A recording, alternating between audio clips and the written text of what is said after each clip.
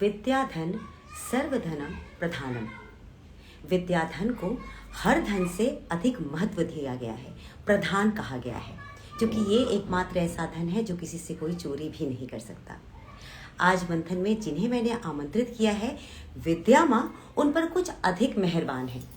ऐसा कहा जाता है कि उनका आईक्यू जो है ना, वो एल्बर्ट आइंस्टाइन और बिल गेट्स से भी ज्यादा है। उनका आईक्यू 161 माना जाता है, कहा जाता है।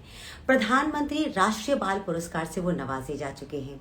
उन्हें दी वंडर बॉय ऑफ इंडिया कहा जाता है और वो फाउंडर हैं मिशन शिक्षा और संस्कार के। वो ना एक मल्टी टैलेंटेड पर्सनैलिटी है। कहने को तो वो बच्चे हैं, लेकिन बड़े बड़ों के कान काट देते हैं वो एक ऑथर हैं, आर्टिस्ट हैं, यंग साइंटिस्ट हैं, कोडर हैं, मेंटोर हैं वैदिक मैथ्स के।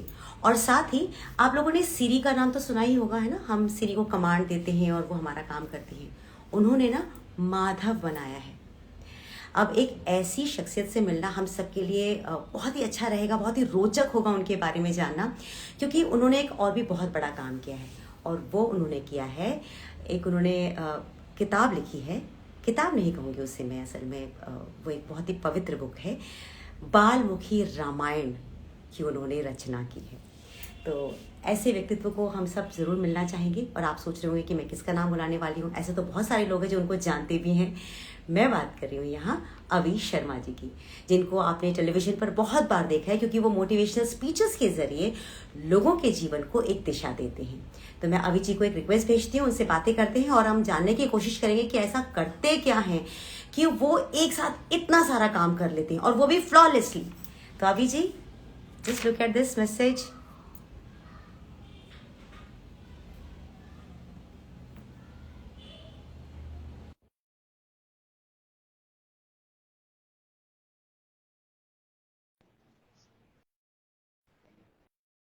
अभी जी एक बार चेक कीजिएगा प्लीज।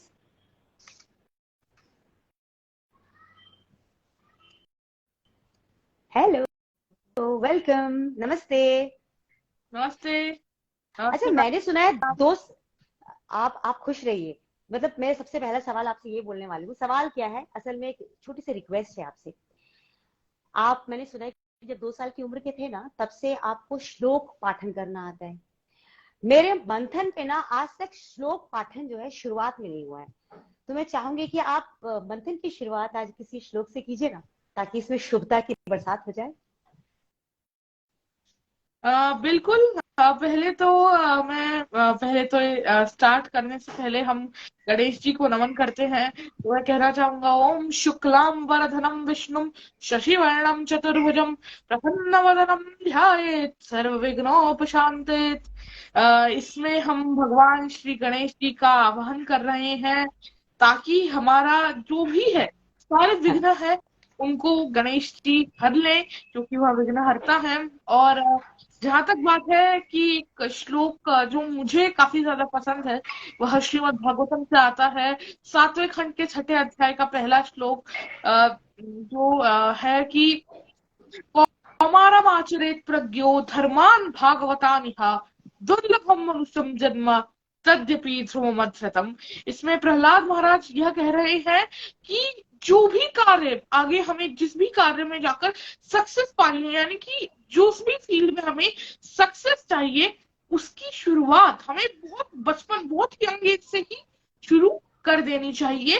क्योंकि ये जो हमारा मनुष्य जन्म है बहुत दुर्लभ है।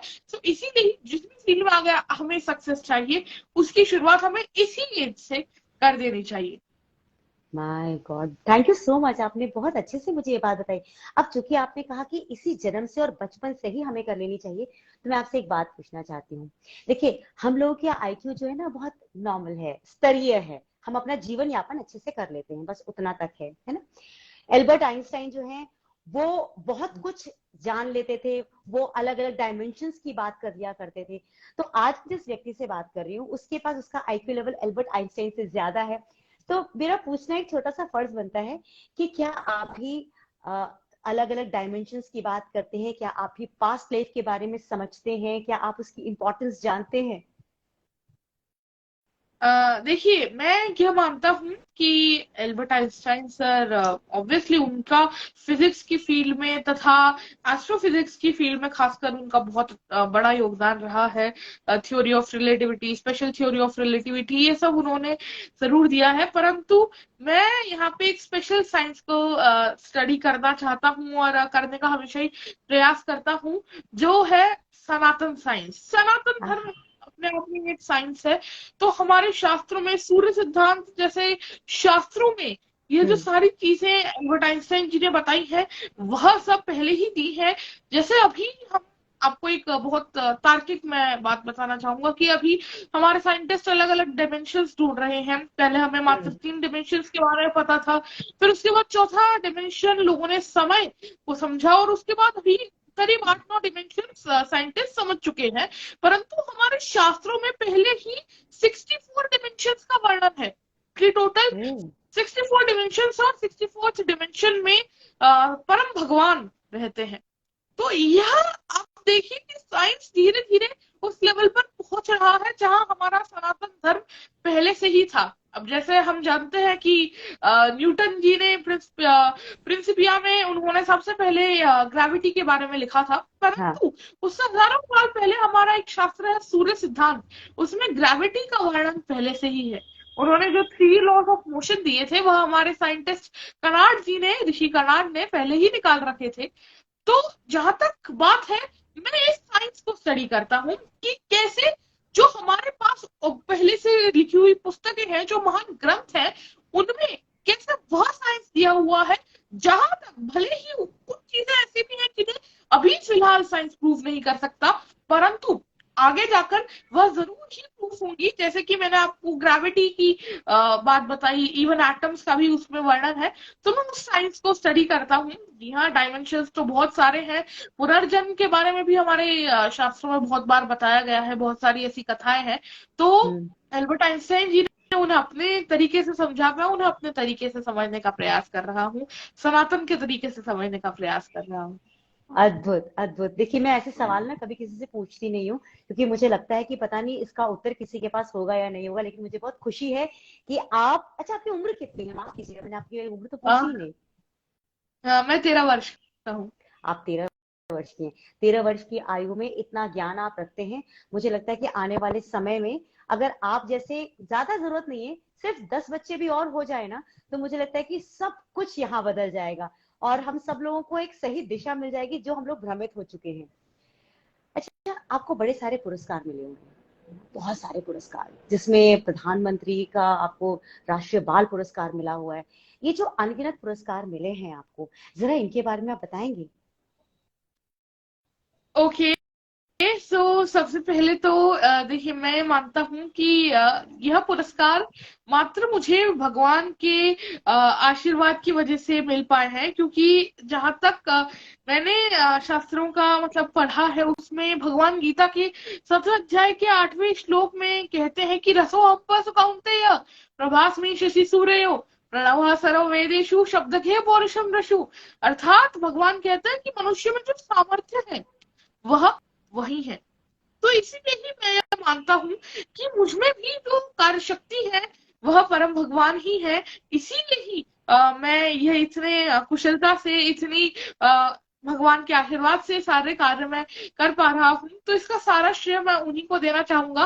और जहां तक बात है पुरस्कारों की, तो मुझे भगवान की कृपा से काफी सारे पुरस्कार मिले हैं, जिनमें सर्वप्रथम तो प्रधानमंत्री राष्ट्रीय बाल पुरस्कार, जो इस देश का हाईएस्ट सिविलियन अवार्ड है बच्चों के लिए। जैसे बड़ों के लिए highest civilian award Bharat Ratna है, वैसे बच्चों हम्म। के लिए प्रधानमंत्री राष्ट्रीय बाल पुरस्कार या बाल शक्ति पुरस्कार जिसे कहते हैं, वह है। उसके बाद वर्ल्ड बुक ऑफ रिकॉर्ड्स, फिर उसके बाद 3 इंडिया बुक ऑफ रिकॉर्ड्स, और साथ ही साथ जैसे world book of record London से, फिर इंडिया बुक ऑफ रिकॉर्ड्स, और exclusive world record, pride of India award, national excellence award, my और माय। International icon award. यह सब मुझे, these are some of them. तो यह सब मुझे मिले हैं। और मैं प्रयास करूंगा कि आगे भी मैं अच्छे कार्य करता रहूं, not necessarily for the awards, because awards तो उनका रिजल्ट होते हैं। और मैं मानता हूं कि कृष्ण जी तो क्योंकि कहते ही हैं कर्म किए जाओ और फल हमें भगवान देंगे, कर्मण्येवाधिकारस्ते माँ फलेषु कदाचन। भगवान कदाचन। के आहा, क्या बात है। अच्छा, बालमुखी रामायण लिखने की प्रेरणा आपको कहाँ से मिली? रामायण तो ऑलरेडी लिखा हुआ है, फिर आपको उसको रीराइट क्यों करना पड़ा? देखिए, बहुत इम्पोर्टेंट चीज आपने पूछी है। जहां तक बात करूं बालमुखी रामायण की, तो रामायण मैं मानता हूँ कि एक ऐसा ग्रंथ है जिसमें भगवान राम जी ने त्रेता युग में ही यह दर्शा दिया था कि कलयुग के एक आदर्श मनुष्य को कैसा होना चाहिए, अर्थात एक मनुष्य में क्या क्या आदर्श होने चाहिए, वह प्रभु श्री राम की गाथा में हमें पहले ही देखने को मिलता है। तो जब टीवी पर रामायण प्रसारित हुई लॉकडाउन के समय, हम सब जानते हो वो समय हम सभी के लिए कितना भयावह था, खासकर कि हम बच्चों के लिए, क्योंकि बच्चों के लिए it was totally new situation.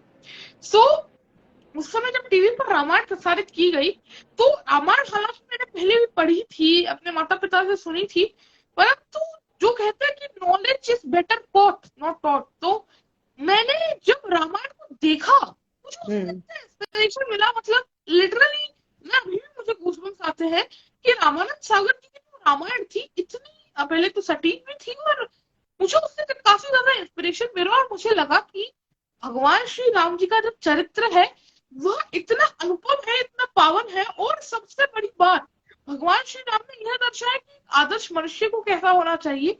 तो यह जो भगवान श्री राम की शिक्षाएं हैं, यह हम बच्चों के मन से विलुप्त होती जा रही हैं। भारत से ही भारतीय संस्कृति आजकल लुप्त होती जा रही है।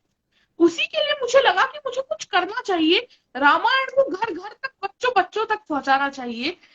फिर एक दिन भगवान मेरे स्वप्न में माता सरस्वती ने मुझे दर्शन देकर इस रामायण का पहला छंद दिया, और फिर उस छंद को मैंने पूर्ण बनाकर पूरे 250 छंदों में बाल्मीकि रामायण की रचना की। तो मैं ये मानता हूँ कि यह पूरा भगवान का ही आशीर्वाद था, क्योंकि लोग अक्सर यह बहाना देते हैं रामायण ना पढ़ने के लिए कि रामायण बहुत ज्यादा बड़ी है या किसी दूसरी भाषाओं में है, जैसे वाल्मीकि रामायण 24,000 श्लोक, और तुलसी जी की रामायण वह 12,000 चौपाइयां हैं उसमें, और यह भी देते हैं कि अलग अलग भाषाओं में है, संस्कृत तथा अवधी जैसी भाषाएं जो आजकल शायद लुप्त होती जा रही हैं, या फिर वह क्षेत्रिक भाषाओं में है, जैसे कि रंगनाथ जी की रामायण, आध्यात्म रामायण, भावार्थ रामायण एकनाथ जी की। तो हम्म। इसीलिए ही मैंने इस रामायण को मात्र 250 छंदों में, 108 पेज की रामायण है, इसे लिखा हिंदी भाषा में, मैंने इसे लिखा है with a little touch of अवधि। तो 250 छंदों में मेरा लिखने का उद्देश्य यही था कि ये जो पूरी रामायण है ये घर घर तक पहुंचे। तो मेरी रामायण को आप मात्र इसका 15 से 20 मिनट में पूरा पठन कर सकते हैं, वाह। और उसमें मेरा यही मोटिव था कि ये बच्चों बच्चों तक पहुंचे, और फिर भगवान की कृपा से इस न्यूज को more than 100 national international news ने कवर भी किया। मोदी जी तथा माननीय मुख्यमंत्री योगी जी ने भी इसको काफी ज्यादा सराहा। तो ये देखिए, ये मेरी बाल्मीकि रामायण है मेरे हाँ पास। हाँ। अरे वाह। जी। ये अमेजोन पे मिलेगी तो क्या? ऑनलाइन मिल जाएगी ये? बिल्कुल बिल्कुल, ये फिलहाल अमेजोन पर, फ्लिपकार्ट पर, गुडरीड्स पर, हर जगह यह अवेलेबल है, क्योंकि मेरा मोटिव तो यही है कि बच्चों तक रामायण को पहुंचाना है। और सच में मैं ये मानता हूँ कि यह मेरे लिए खुद के लिए एक भगवान का आशीर्वाद ही है, क्योंकि मैं ये मानता हूँ कि मुझ में कभी इतनी क्षमता थी भी नहीं, ना ही आगे होगी, कि मैं भगवान के इतने, जो आप कह सकते हैं सबसे पवित्र ग्रंथ को मैं वो रीराइट कर सकूं, इतनी मुझमें क्षमता नहीं है, मैं मानता हूँ। बट ये भी मानता हूँ कि कहीं ना कहीं ये प्रभु की अकारण कृपा ही थी, जिसकी वजह से मैं यह वाल्मीकि रामायण लिख पाया। तो ये मेरे लिए बस प्रभु का आशीर्वाद है, और मैं चाहता हूँ कि हर कोई पढ़े। तो आप सबसे भी रिक्वेस्ट है कि वाल्मीकि रामायण को पढ़ें, और जरूर। साथ ही साथ भगवान श्री राम जी के आदर्शों को अपने जीवन में उतारें। मैं भी प्रयास कर रहा हूँ, और साथ ही साथ आप सभी से भी मैं यही रिक्वेस्ट करना चाहूंगा। आप ना चोजन वन है। भगवान चूज करते हैं ना किसी को, किसी से क्या कार्य करवाना है, शायद you are the chosen one, तभी आप ये कर पाए। वरना हमारी उम्र के लोग भी इस काम को करने के लिए आगे नहीं आ सकते जिस तरह से आप कर चुके हैं। इस बालमुखी रामायण का कोई एक छंद जो आपका फेवरेट है, कोई एक ऐसा सेगमेंट जो आपका फेवरेट है? देखिए, जहां तक बात है मेरा फेवरेट सेगमेंट, तो स्टार्टिंग से ही मेरा जो फर्स्ट सेगमेंट है, जो एक्चुअली जिसमें वो छंद है जो मुझे स्वप्न में माता से प्राप्त हुआ था, वो एग्जैक्ट छंद जो उसमें, तो मेरा पहला जो अध्याय है राम जन्म, मेरा सबसे फेवरेट है। उसका कुछ छंद बताना चाहूंगा। छंद ऐसे है कि नमन करूं भगवान गणेश, हरो हमारे सारे कलेश, और वीणा वादनी को प्रणाम, दे दो माँ विद्या वरदान। शुरू करें कथा रामायण की, परम सुखदायिनी कथा श्री हरि की। कथा है यह अवधपुरी की, पावन धरती शिवाक वंश की। राज किए जहाँ दशरथ धर्मात्मा, जिनके घर जन्मे परमात्मा। ऋषियों संग दशरथ धर्मज्ञ, करे पुत्र कामेष्टि थी। हरि ओ, में माँ आपकी धरती पर है। आ, आ, आ रही है। आपकी वीडियो हाँ, आपकी वीडियो अटक गई थी, शायद आपको कॉल आया होगा कोई, है ना? दशरथ के okay, I will continue. Dasharath के घर उत्सव आया, अवधपुरी में उल्लास था छाया। अवध राज के चार दुलारे, राम लखन भरत शत्रुघ्न प्यारे। चारों कुमार अवध के प्राण, धीर वीर ज्ञानी बलवान। वेरी नाइस, वेरी ब्यूटीफुल, अद्भुत। मैंने कहा कि जो ब्लेस्ड बच्चे होते हैं वो शायद आपके जैसे ही होते हैं, और भगवान का अगर कोई रूप होता होगा तो वो शायद आप बच्चों में ही नजर आ रहा है। थैंक यू सो मच कि आपने मुझे इतने प्यार से, बहुत अच्छी तरीके से अपने बालमुखी रामायण को एक बाल मुख से मुझे सुनने का सौभाग्य मिला है। थैंक यू हाँ, सो मच। बिल्कुल। एक्चुअली इसका जो आपने कहा, इसका नाम ऐसे ही पड़ा था क्योंकि जब मैंने उसका आपको थोड़ा बताना चाहूंगा कि पहले दिन जब मुझे ऐसा अनुभूति हुई कि मैंने 50 छंद उसी समय लिख दिए। और फिर मैंने अपनी माता को दिखाया, तो वो बोलती है कि उनको गूज़बम्प्स आ गए, उनकी आंखों में आंसू आ गए थे उस समय। मैं सोच रहा था इस रामायण का नाम अलंकारों में है तो अलंकृत रामायण रखते हैं, या ऐसा कुछ मेरा प्लान था दिमाग में।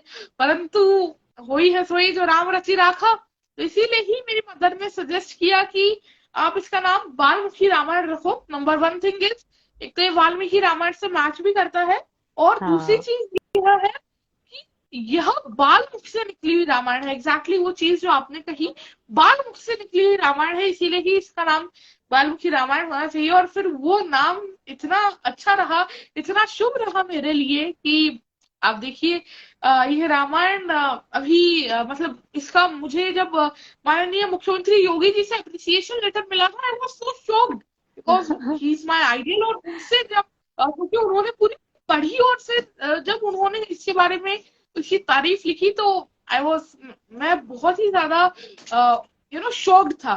तो ये सब राम जी का ही आशीर्वाद है। आप जैसे बच्चे भारत भूमि में आए हैं, जन्म लिया है उन्होंने, ये भारत का सौभाग्य है।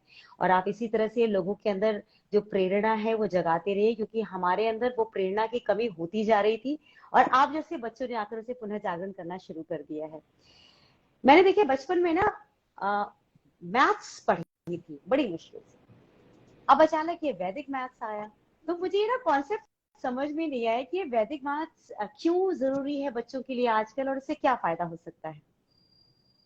बिल्कुल। देखिए, वैदिक मैथ्स ऐसा होता है कि लोगों को सुन के लगता है कि कोई तो बहुत ही कॉम्प्लेक्स चीज होगी, बट आई टेल यू, वैदिक मैथ्स इज नथिंग। हमारे शास्त्रों में अलग अलग चीजें दी हुई हैं। मतलब जैसे कुछ उपवेद है जिसमें रिलीजियस नॉलेज के अलावा और भी चीजें हैं। जैसे ऋग्वेद का जो उपवेद है वह है आयुर्वेद, सामवेद का जो उपवेद है वह है गांधर्व वेद। तो आयुर्वेद में क्या दिया है, मेडिसिनल साइंस। गांधर्व वेद में साइंस ऑफ सिंगिंग। और फिर अगर आप बात करें यजुर्वेद में, तो उसमें उसका उपवेद है धनुर्वेद, जिसमें आर्चरी का साइंस दिया है। तो आप देखें कि हर हमारा जो हर वेदों में कुछ ना कुछ नॉलेज है। तो ऐसे ही वेदों में मैथ्स का भी नॉलेज है। तो एक महान संत हुए थे जिनका नाम था भारती कृष्ण तीर्थ जी। उन्होंने वेदों से 16 सूत्र तथा उनके 13 उपसूत्र निकाले जो गणित के थे। तो एक अच्छा। आपको फॉर्मूलाज के रूप में समझ सकते हैं, 16 सूत्र और उनके 13 मतलब फॉर्मूलाज, उनके 13 सब फॉर्मूलेज। तो उनसे ही ट्रिक्स जो डिराइव होती है, these 29 total formulas and the thousands of tricks derived from them, वैदिक मैथ्स यही है। वो 29 फॉर्मूलाज और उनसे डिराइव हुई ट्रिक्स, वैदिक मैथ्स यही है। अब जैसे मैं आपको बताऊं कि स्क्वायर की ट्रिक्स उसमें बहुत इजी है, उसमें क्यूब की बहुत इजी इजी ट्रिक्स दी हुई है। अब जैसे कि चलिए मैं आपके साथ अभी अगर आपकी आज्ञा हो तो एक ट्रिक बहुत ही सिंपल सी है। जैसे अगर आपको कोई इमीडिएटली बोले कि आपको सपोज हम कह रहे हैं चलिए 55 का आपको स्क्वायर निकालना है, अरे बाबा। शॉक्ड एकदम से कैसे हाँ हाँ निकाले। हाँ, इतनी जल्दी कैसे? ओके, हाँ हाँ। Let's keep it simple. पहले 55 में से हम लोग लिखते हैं तो 55 में से जो 5 है हम्म। उसका स्क्वायर क्या है, पहला जो वंस प्लेस पर 5 है उसका हाँ, स्क्वायर क्या होता है, 5 का square its twenty very five. Easy 25 होता है। 25, हाँ। अब दूसरा, अब हमारे पास एक 5 बच रहा है, तो what we will do is कि उस 5 को उसके नेक्स्ट नंबर से मल्टीप्लाई कर देंगे। तो 5 अच्छा इंटू 6 उसको नेक्स्ट नंबर से किया हमने मल्टीप्लाई, अच्छा सो अच्छा। That will be equal to 30। So एक तरफ हाँ, हमारे पास 25 है, एक तरफ और 30 आ गया, 30। तो 3025 आपका आंसर है। वाह। Yes, this was so that's good. All. बिल्कुल। अब जैसे बड़े बड़े नंबर्स का हम ऐसे कैलकुलेशन कर सकते हैं, जैसे 115 का स्क्वायर हुआ 13225। इतना तेज आप दिमाग में कैलकुलेशन कर पाएंगे, दिस इज जस्ट वैदिक मैथ्स। इसमें मैंने एकाधी के न पूर्वे न सूत्र यूज किया था। तो हाँ मैं ऐसी ट्रिक्स मैं बच्चों को सिखाता हूँ, क्योंकि वैदिक मैथ्स से जो मेन ओके सॉरी, वैदिक मैथ्स से जो मेन फायदा है वो यही है कि आप जब कॉम्पिटिटिव एग्जाम्स देते हैं, जैसे सपोज जेई ही हुआ या फिर सीयूईटी हुआ या आप कोई भी बैंकिंग के लिए एग्जाम्स दे रहे हैं, उसमें हमेशा ये रहता है टाइम आपके पास कम रहता है, क्वेश्चंस ज्यादा रहते हैं। सो हर क्वेश्चन के लिए आपको minimum like max to max 3-4 second मिलते हैं, अगर आप बहुत हाँ करेक्ट कैलकुलेशंस उसकी लगाएं। तो उसमें एक कैलकुलेशन को करने के लिए बहुत कम टाइम रहता है आपके पास, एंड दैट इज वेयर वैदिक मैथ्स कम इनटू पिक्चर। अगर देखिए 115 का स्क्वायर है, आप कैलकुलेट करते बैठेंगे ट्रेडिशनल मेथड से, मैं आपको गारंटी दे रहा हूँ करीब 3 से 5 मिनट तो आराम से लगेंगे। बट मैंने कैसे इसको दिमाग में किया, that is the science of वैदिक मैथ्स। तो इससे वाह। स्पीड में इम्प्रूवमेंट आता है, एक्यूरेसी में इम्प्रूवमेंट आता है, और साथ ही साथ जो लॉजिकल एनालिटिकल स्किल्स हैं वह काफी ज्यादा इम्प्रूव हो जाती हैं। नाइस। और उसके बाद जब मैंने इवन कोडिंग स्टार्ट की, तो उसमें जो आपको एनालिटिकल स्किल्स होती है, रीजनिंग की स्किल्स आपको लगती है कि दिमाग में आपको एक कोड की अलग अलग कैलकुलेशंस करनी है, उसमें भी बहुत हेल्प करती है। सो वैदिक maths help make math easier. वाह वाह वाह वाह, दैट्स सो लवली। अच्छा, ये माधव कहाँ से आए? ओके, तो देखिए माधव की जहां तक बात है, मैंने आपको बताया कि मैंने कोडिंग भी स्टार्ट की थी, तो मुझे हमेशा से ये लगता था कि हर जगह एलेक्सा या सिरी, जैसा आपने बताया, Alexa, Siri, Google assistant. But हाँ मैं जो उस समय लॉकडाउन के समय प्रॉब्लम देख पा रहा था कि सब कुछ ऑनलाइन हो गया था, अब आप बाहर कहीं जा नहीं सकते थे। तो मैं देख रहा था कि कुछ जो हाउसवाइफ्स हैं या कुछ सपोज कुछ बच्चे हैं, या जो मेनली ओल्डर पीपल और डिसेबल्ड पीपल है, स्पेशली एबल्ड हम्म लोग हैं, हम्म वो लोग कंप्यूटर को उतनी ease of ease of access उनके पास कंप्यूटर के उतनी नहीं है, इतनी आसानी से जितना हम ऑपरेट करते हैं वह लोग इतनी आसानी से नहीं कर कंप्यूटर को पाते। ऑपरेट नहीं कर पाते हैं। आई थॉट कि हाँ यहाँ पे प्रॉब्लम तो है। एंड उसके बाद मैंने यह माधव वॉइस असिस्टेंट बनाया। So basically Madhav voice assistant is a desktop voice assistant.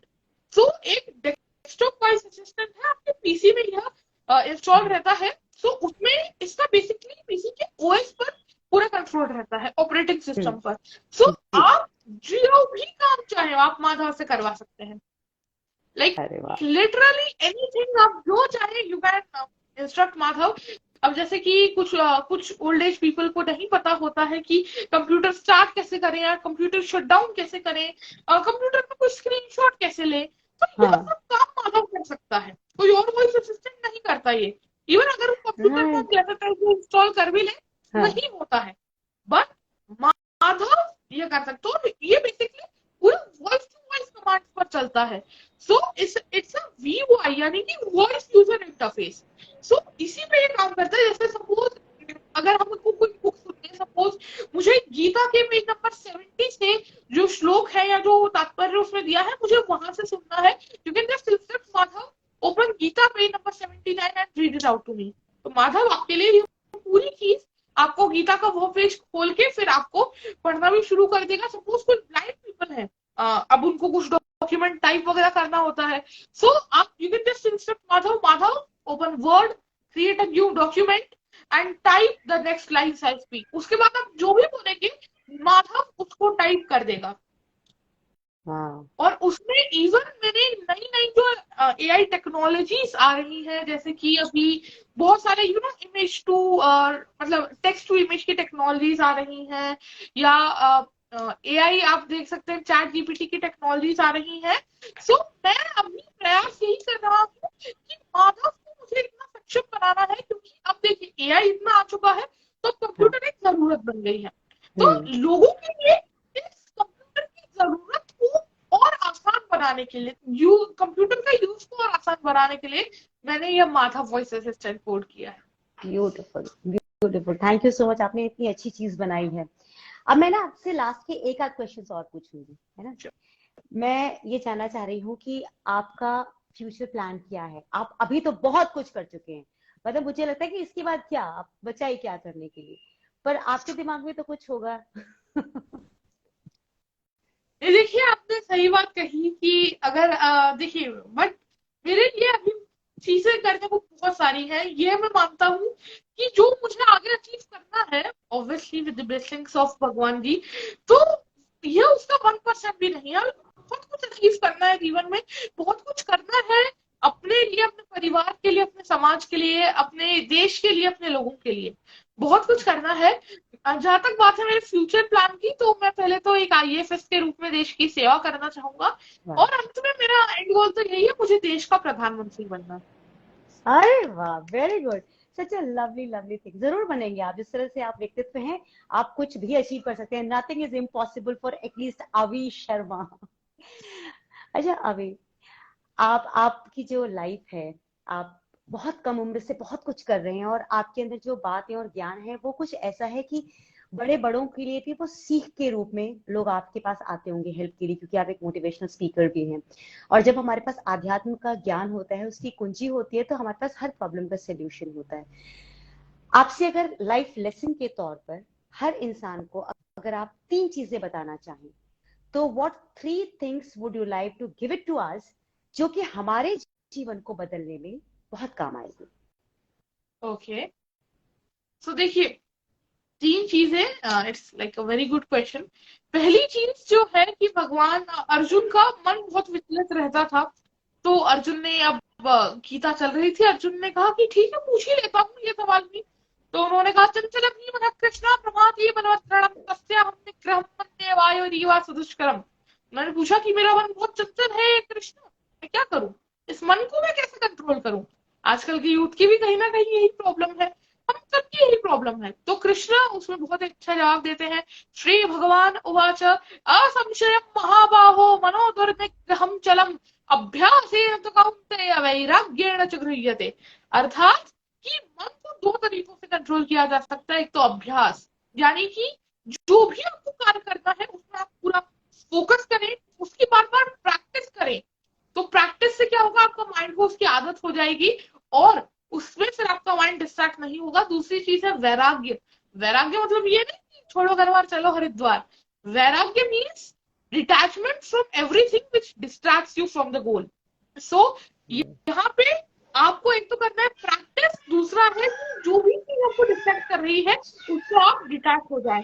तो लोग पूछते हैं गीता में कैसे सब सवालों का सॉल्यूशन है, तो सब जो प्रॉब्लम्स की जड़ है ना वो हमारा मन ही है, तो गीता में मन का सॉल्यूशन है। तो ये तो पहली चीज। और दूसरी चीज जो मैं कहना चाहूंगा, ये दीज आर जो मैं आपको श्लोक बता रहा हूँ ये गीता से सब लेसन है, these are one of my favourite shlokas.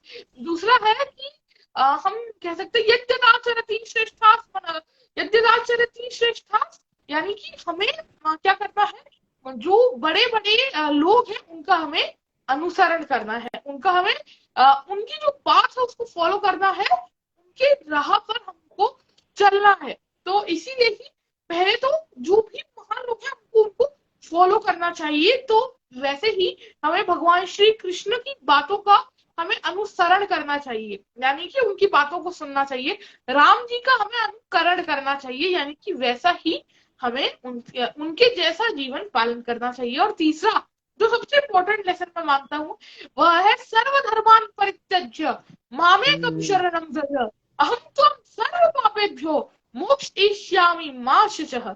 अर्थात भगवान कहते हैं सारी चीजों को त्याग कर, जब जीवन में डाउट हो, कंफ्यूजन हो, फेलियर हो, डिप्रेशन हो और आप अपने गोल को देख नहीं पा रहे हैं, आप बहुत कंफ्यूज है लाइफ में, तो सारी चीजों को त्याग के भगवान की शरण में जाइए।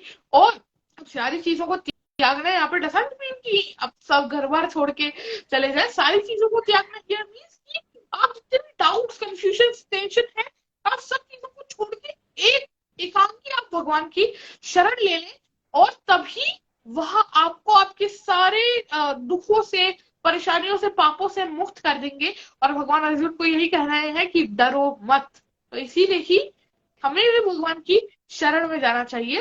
तो हाँ, ये these were my like 3 favourite shlokas from Gita, और इसी से ही हम जीवन में जो अच्छे लेसन्स हैं वह ले सकते हैं। सो या these were the 3 life teachings आपने जो कहा था, जो मैं अपनी तरफ से अपनी ऑडियंस को देना चाहूंगा। Beautiful, thank you so much. अभी आप इतनी अच्छी अच्छी बातें कर रही हैं और मेरी बहुत इच्छा है कि मैं आपकी मम्मी से भी मिलूं। तो अगर मम्मी पास में है तो क्या आप उन्हें बुलवा सकते हैं, इफ इट्स बिल्कुल, जस्ट या? ओके। कीजिए। नमस्ते मैम। हेलो। हेलो। नमस्ते, कैसे हैं? मैं बहुत बढ़िया। अच्छी हूँ, आप कैसे? मैं अभी मैं आप बहुत बढ़िया। अभी आप भी फ्रेम में रहिए, अभी आप भी फ्रेम में रहिए मम्मा के साथ। मैम, इस- मैं आपसे ये जानना चाहूंगी, अभी बहुत जी छोटी उम्र से श्लोक का पाठन कर रहे थे, जी। आपने कभी ऐसा सोचा कि हमारे घर में कोई एक ऐसा स्वरूप, प्रभु का भेजा हुआ कोई खास दूत आ चुका है जो कि आप लोगों के जीवन की दिशा को बिल्कुल चेंज कर रहा है? नहीं, एक्चुअली बचपन में जब ये 2 ढाई साल का था तब से हाँ। थोड़े ऐसे एक्टिविटी, मतलब इसको श्लोका मंत्रा में बहुत इंटरेस्ट रहता था। घूमने की जगह इसकी होती थी, टेम्पल्स की। हम लोग भी वर एट रांची उस समय। हम लोग का इसके फादर का ट्रांसफरेबल जॉब है, तो हम हाँ। रांची में थे। तो जहाँ भी घूमने जाते तो हम सोचते यार ये बच्चे टॉय की वो करते हैं, ये बोलता था मंदिर जाना है। और थोड़ा ओह। बड़ा हुआ तो फिर ये अमर चित्र कथा बुक्स, तो हमको लगता था कि थोड़ा डिफरेंट है। पर हम सोचते थे कि इस 21st सेंचुरी के सारे ही बच्चे ऐसे होंगे। फिर जब इसका आईक्यू वगैरह करा और 2 ढाई साल की उम्र में इसने काफी श्लोक, 2 मुझसे सुनता, 2 फादर से, दादी से, नानी से, सबसे सुन के इसको सारे याद हो जाते थे। तब हमें लगने लगा कि समथिंग इज डिफरेंट। तो फिर आईक्यू के बाद तो ये हेंस प्रूव हो गया था। फिर हमने इसको थोड़ा सा ध्यान देना चालू किया। 3.5 साल में मैंने इसका आईक्यू टेस्ट कराया था। तो अच्छा। उसके बाद पता चला। तो फिर इसके पे हमने थोड़ा फोकस मीन्स जो ये बोलता था हम उसको, और जनरली डिमांड करता था बुक्स की। तो कोई भी पेरेंट्स मना नहीं करेंगे। और मैं सारे अगर कुछ पेरेंट्स जो देख रहे हैं उनसे यही कहूंगी कि बच्चों को, जो कि मेरी नहीं है बुक्स की रीडिंग हैबिट, लेकिन इसकी है। और सारी नॉलेज मैंने देखा है कि काफी चीजें मुझे इससे सीखने को मिलती है। तो वो ये पढ़ता है, इसीलिए इसको इतनी नॉलेज है। My God, my God. अच्छा, जैसे आम बच्चे होते हैं, बहुत नॉटी होते हैं, है ना, माँ बाप को बहुत जी परेशान करते हैं। अभी की नॉलेज देख करके ऐसा था कि अभी बहुत सीरियस बच्चा, घर में भी वो सीरियसनेस, आपने कुछ कहा माता श्री, रुको अभी ये श्लोक सुनो, कुछ इस तरह का रवैया है, या ये भी माँ नहीं, के साथ वही वाला रवैया जो हर वही बच्चा है। करता है? नहीं है तो वो बच्चा ही ना वो। और मैं चाहती भी हूँ कि वो ऐसे ही रहे। वो घर में तो इतना नॉटी है कि मैं समटाइम्स बोलती हूँ कि अभी रिकॉर्ड करके मैं एफबी पे डालती हूँ कि सब लोग पता चले कि अभी कितना नॉटी है और कितना तंग करता है मम्मा को। तो मैं ब्यूटीफुल। इसको समटाइम्स हर रोज यही बोलती हूँ कि अभी मैं देखिए तेरा ये जो तू कर रहा है ना, पर मस्ती करता है, ऐसे कोई इसलिए नहीं। लेकिन हाँ, वो पूरे आई दिन नो। पर मामा ये, अब actually he is only son, तो वो मेरे ही आसपास उसकी पूरी सराउंडिंग रहती है। मुझे ही तंग करेगा, मुझसे ही बात करेगा, मुझसे ही सब शेयर करता है। स्कूल से वेरी आएगा तो ट्रू। 1 घंटा पूरी। और पेरेंट्स से ही बोलूंगी कि सुना करें बच्चों को ना, एक हाँ। पेशेंसफुली अच्छे से। तो वो पूरी पूरी 1 घंटा उसकी पूरी स्टोरी रहती है स्कूल की, क्या हुआ आज फर्स्ट पीरियड में, क्या हुआ है, किसने क्या कहा। तो जस्ट लाइक दैट। तो वो बहुत नॉटी है घर में। मैम, जैसे अभी हैं और आपकी अपने अपने आप खुद भी काम करती हैं ना, यू आर वर्किंग, और जी अभी अभी भी इस तरह की पर्सनालिटी अभी हो चुकी है, कई बार लोग क्या करते हैं, सॉरी टू से, सोसाइटी हमारी थोड़ी सी संकीर्ण विचारों की है। जब किसी के जी बच्चे को बहुत हाईलाइट होते हुए देखती है, स्पेशली सोशल मीडिया पे, जैसे न्यूज पे, हर जगह अभी का नाम होता है, जी आप जी। लोगों को इसका कितना बुरा इफेक्ट सहने को होता है? मतलब क्या लोग आपके लिए कुछ कुछ अलग सी टैंट्रम्स या कुछ अलग सा आपको व्यवहार करते हैं कि ये अपने बच्चे को प्रमोट कर रहे हैं? जी क्या आपको भी ऐसी चीजें, ऐसी एलिगेशन सुनने को मिलती हैं क्या?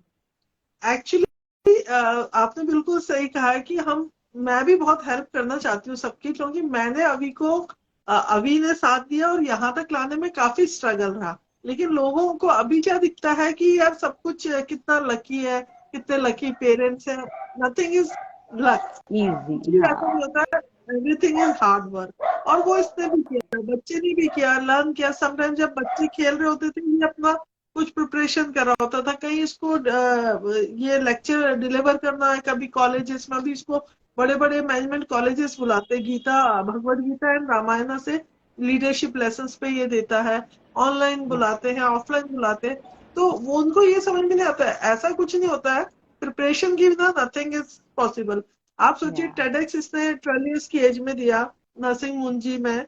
तो हाँ, इट्स नॉट पॉसिबल, उसके लिए भी प्रिपरेशन। तो वो लोग नहीं देखते, लोग सोचते हैं अरे कितने किस्मत वाले हैं, कितने लकी है। नहीं, 2.5 साल की उम्र से ये पहले टीवी इंडस्ट्री में था, तो ये चाइल्ड आर्टिस्ट था ही बस।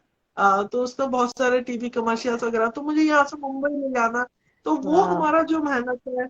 समटाइम्स हम लोग बसेस में जाते थे, वॉल्वोस में जाते थे, कभी हमें टिकट नहीं मिलते थे ट्रेन या फ्लाइट के, तो हाँ, बहुत स्ट्रगल था। बच्चे को खाने को नहीं मिल रहा सेट पे प्रॉपर, वो चिली नहीं खाता था, तो हमको कैसे मैनेज करना पड़ता था, वो सब नहीं दिखता। तो वो, और बोलते हैं ऑब्वियसली कि है ना, बीच में जैसे स्पिरिचुअल हुआने लगा, तो लोग बोलते थे कहीं ये संत ना बन जाए, कहीं हाँ, आपको ना बाबा छोड़ बना दे। देंगे।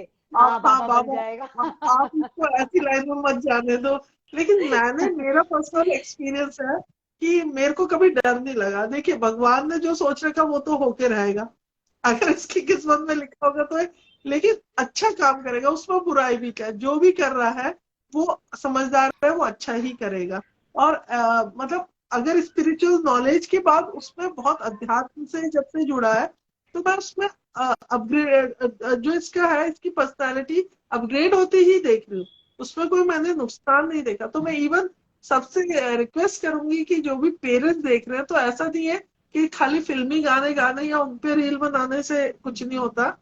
थोड़ा सा अध्यात्म तो आपको ही फायदा होगा, आप बच्चे में खुद ही चेंजेस देखेंगे। आप तो बिल्कुल ठीक कह रही हैं, बिल्कुल ठीक।